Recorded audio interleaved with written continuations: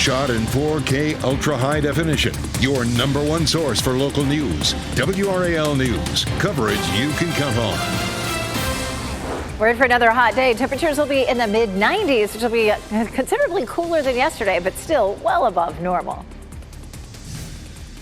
Raleigh's popular Hopscotch Music Festival is underway downtown. What's being done to ensure everyone is safe and having a good time?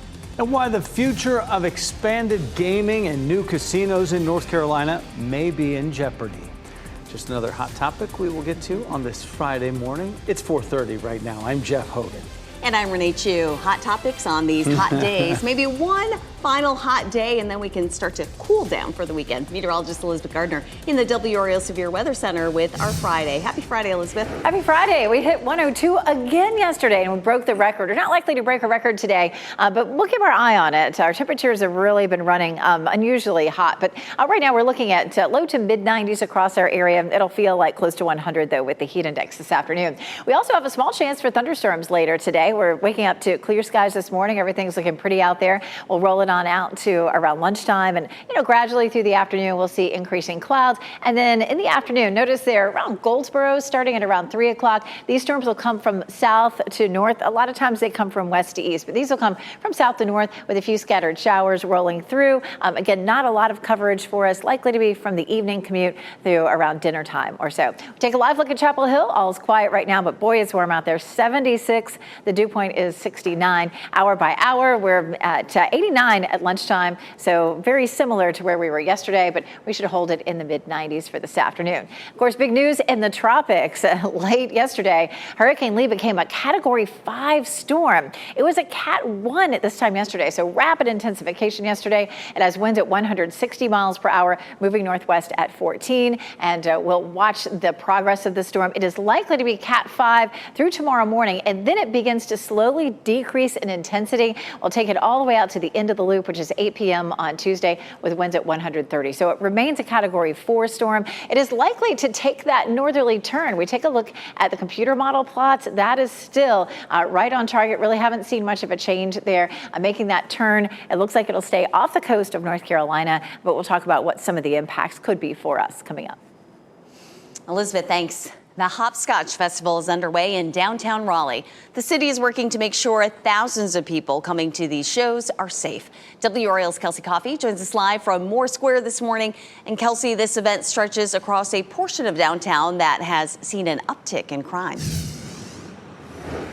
Renee, good morning. It sure does. And an estimated 25,000 people will be coming here to downtown Raleigh for the festival. There's several venues across downtown, including here at Moore Square. And WRAL's data trackers looked at crime trends over the downtown area where Hopscotch is taking place, from the Warehouse District to Moore Square. Just in the past 8 months, Raleigh police have reported 252 drug offenses, 216 assaults, and 182 thefts in this particular part of downtown. Now, Raleigh police are now looking to hire private security to help them combat this rising crime, but we have not received any crime reports from the Hopscotch Festival last night. The music gets started here again at Moore Square at 3:30 this afternoon, and then there's going to be some shows at other venues that start at 9 p.m. and will last until after 1 a.m. Kelsey Coffey, WRAL News, live in Raleigh. This morning, we're working to learn what led to a fire that forced dozens of people from a retirement facility. We know at least one elderly woman suffered severe burns. It happened in Raleigh last night on Charles Route Wind off of Durley Road. The WRAL Breaking News Tracker was there, and several crews responded. We're told a total of 50 residents were evacuated. A new COVID booster shot could get approval as early as today. It comes at a crucial time when cases are ticking back up across the country. The FDA plans to greenlight the updated version of the shot. The latest doses are designed to target the Omicron subvariant. Even though that strain is no longer dominant right now, drug makers and medical experts say the booster should still protect against the variants that are circulating right now. Once the FDA signs off on the new booster, the CDC will issue its own recommendation. The future of expanded gaming and new casinos in North Carolina may be in jeopardy. In an email WRAL obtained, House Speaker Tim Moore told his fellow Republicans that he does not have the GOP votes needed to include a plan to open new casinos in the state budget. Moore said Republicans would not pass a state budget that didn't have at least 61 House GOP votes. WRAL investigative reporter Brian Murphy weighed in with what could happen next in the state legislature. We still have a long time before next week when the budget votes will actually get taken. We haven't seen a copy of the budget. We don't know what's going to be in it. And we're not 100% sure that this is dead. So I imagine there'll be a long weekend of arm twisting and trying to figure out what they can support in the budget. A caucus meeting will be held next week to discuss a state budget without the plan for expanded gaming in it. Apex police have an important warning for you this morning. They say a man is pretending to be an officer and is trying to stop people. Apex police say a person told them the impersonator stopped them on Center Street near US 1 on Tuesday. Police say he was driving a black Ford Crown Victoria with red and blue lights in the visor area. The victim says the man's car had damage to the front bumper. Apex police say if you are stopped by someone claiming to be an officer, you should stop in a well-lit area and call 911 to verify. President Joe Biden will arrive in New Delhi, India today for the annual G20 summit. The president will meet with world leaders to talk about the war in Ukraine, climate change, and the economy. President Vladimir Putin will skip the summit for the second year in a row, as will Chinese President Xi Jinping. Both leaders are sending other officials in their absence. On Sunday, Biden is expected to visit Hanoi, Vietnam, before traveling to Alaska for the anniversary of the 9/11 attacks. Happening today, a new round of deputies will be sworn in to help protect folks in Wake County. 20 new deputies will graduate today as part of the 31st Basic Law Enforcement Training Academy. Their ceremony is set for 2 this afternoon at the Wake County Commons Building in Raleigh. Sheriff Willie Rowe says he believes the deputies are prepared to serve the community with honor, integrity, and professionalism. The Detroit Lions are waking up winners this morning after defeating the defending Super Bowl champion Kansas City Chiefs in the NFL opener last night. Game ended late. Maybe you missed it. A tough loss for Chiefs quarterback Pat Mahomes and their squad on their home field when they unveiled that banner for the world champs. Great night for the Lions, though, winning at 21-20. And check out this video. The U.S. Open came to a halt last night as protests erupted. Climate protesters began shouting in Arthur Ashe Stadium. At one point, a protester glued his bare feet to the concrete floor. It happened during Coco Gauff and Karolina Muchova's match, which was delayed for nearly an hour because of the disruption. Gauff went on to win her tennis match, advancing to her first U.S. Open final. Ex-lawyer and convicted killer Alec Murdaugh may have a chance at a new trial. Coming up next, the move top officials in South Carolina are now taking days after Murdaugh's lawyer accused a clerk of court of jury tampering. Plus, it's time to rally behind the NC Courage. How you'll be able to cheer them on tomorrow as they compete in the NSSL Challenge Cup final. And we'll take you to the coast. Here's a live look at Beaufort. Meteorologist Elizabeth Gardner in the WRAL Severe Weather Center tracking the chance for severe storms that could impact your weekend plans. From the WRAL Severe Weather Center, North Carolina's most experienced team of meteorologists.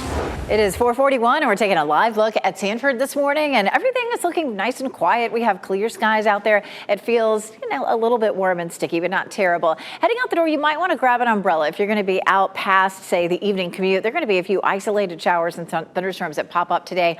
We saw very little of that yesterday, but there were a few isolated severe storms up near the Virginia line. 73 degrees as you're heading out the door and thinking about exercising this morning. Our temperatures will stay in the 70s all the way up until around 10 a.m. and we don't hit the 90s until around 1 o'clock. So you've got a little bit of time this morning to get out and do whatever you need to do. It will be in the mid-90s for this afternoon, definitely a little cooler than yesterday, but still a bit warm for a lot of exertion outside. Only on WRAL, the military hold on promotions caused by one senator's protest over the Pentagon's abortion policy is impacting top military leaders at Fort Liberty. An Army spokeswoman told WRAL's Lena Tillett the promotions of 6 top officers are on hold, including a deputy commander position with the 82nd Airborne Division. A former Bush administration official and Duke professor told WRAL Republican Senator Tommy Tuberville has the right to have policy concerns. However, he should take them up in Congress. He worries about the impact to the entire military to not have leadership in place. Meanwhile, the spouse of a Marine who once served at Camp Lejeune says she worries how lower-ranked officers will respond. And it makes us feel like, are we next? What's going to happen? And that sense of uncertainty is never a good thing when you're talking about serving and our national security. What's making it really unprecedented is the damage that this is doing to our readiness and to our relationships with our allies and the way it puts us on our hind feet. It's unclear how the standoff between the senator and the Department of Defense will resolve itself. More than 300 senior leaders are on hold, and that's expected to double by the end of the year. The Eastern Band of Cherokee Indians is signaling strong support for marijuana legalization. According to unofficial results from the EBCI's election board, a majority of voters said yes to legalizing the possession and use of cannabis for people 21 and up. The referendum also requires the tribal council to develop legislation to regulate the market. The tribe has already legalized medicinal marijuana.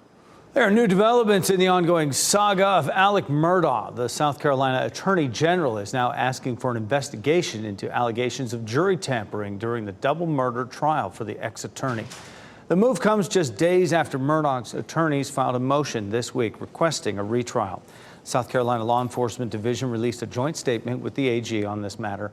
They say the agencies are committed to a fair and impartial investigation. Murdaugh's lawyers accused the Colleton County Clerk of Courts of tampering with the jury in order to get a guilty verdict.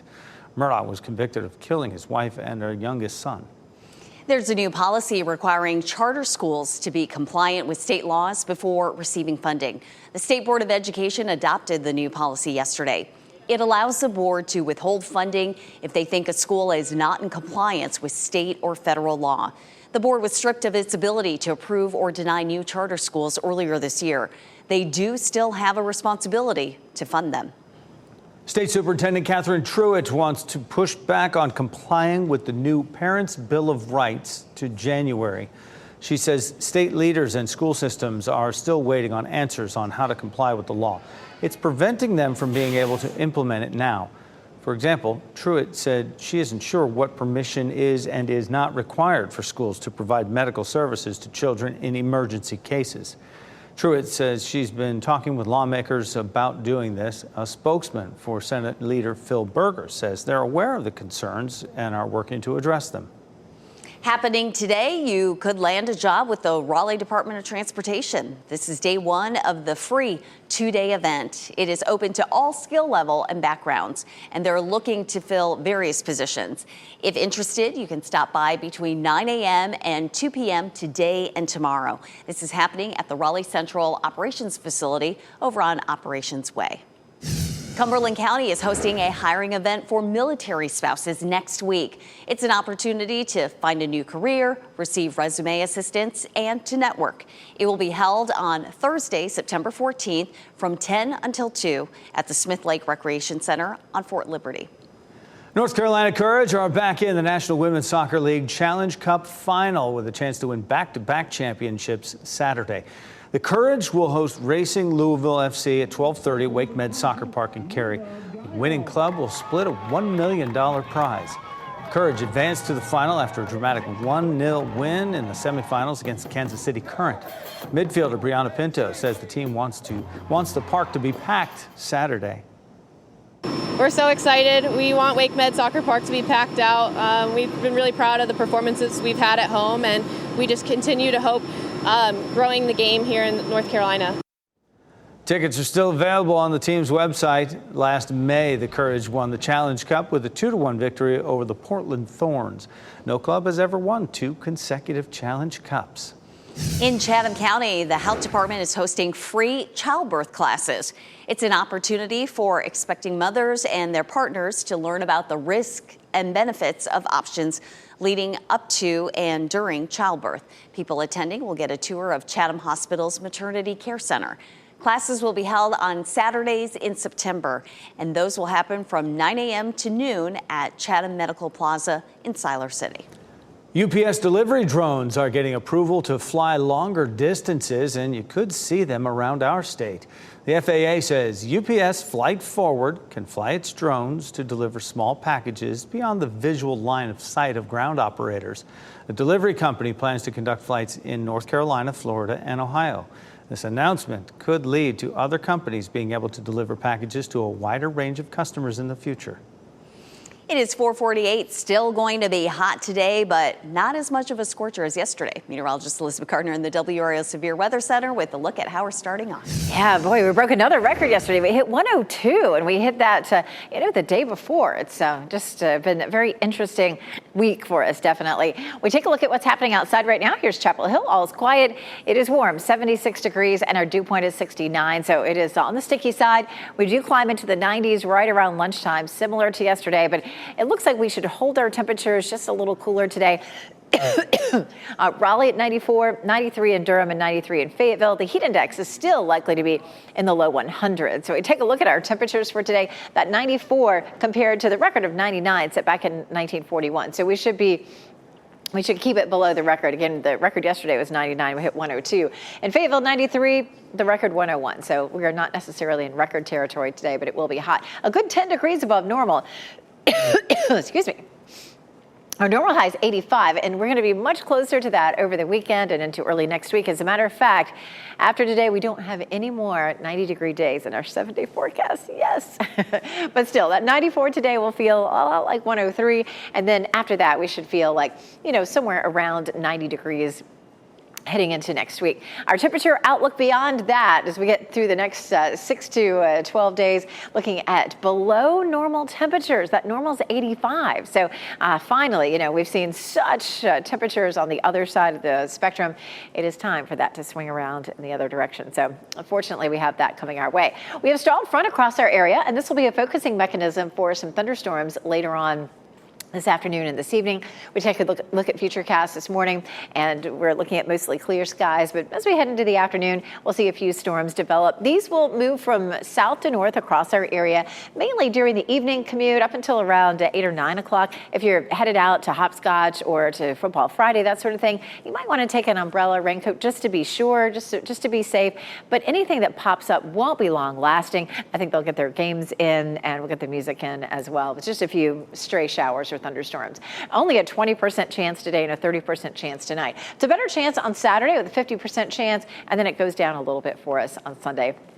Hopscotch Music Festival for us at 9 o'clock. Still going to be pretty warm, around 80 degrees, but tomorrow at 9 o'clock, 77. We go from a 20% chance today to about a 40% chance during the evening tomorrow. We take a look at Hurricane Lee. What an incredible storm this is. 165-mile-per-hour winds. It continues to get stronger and stronger. Rapid intensification on this storm. It's moving northwest at 14 miles per hour. You can see the eye on this storm. It's a very, very powerful Category 5 storm, and it's likely by this evening to be at 180 miles per hour.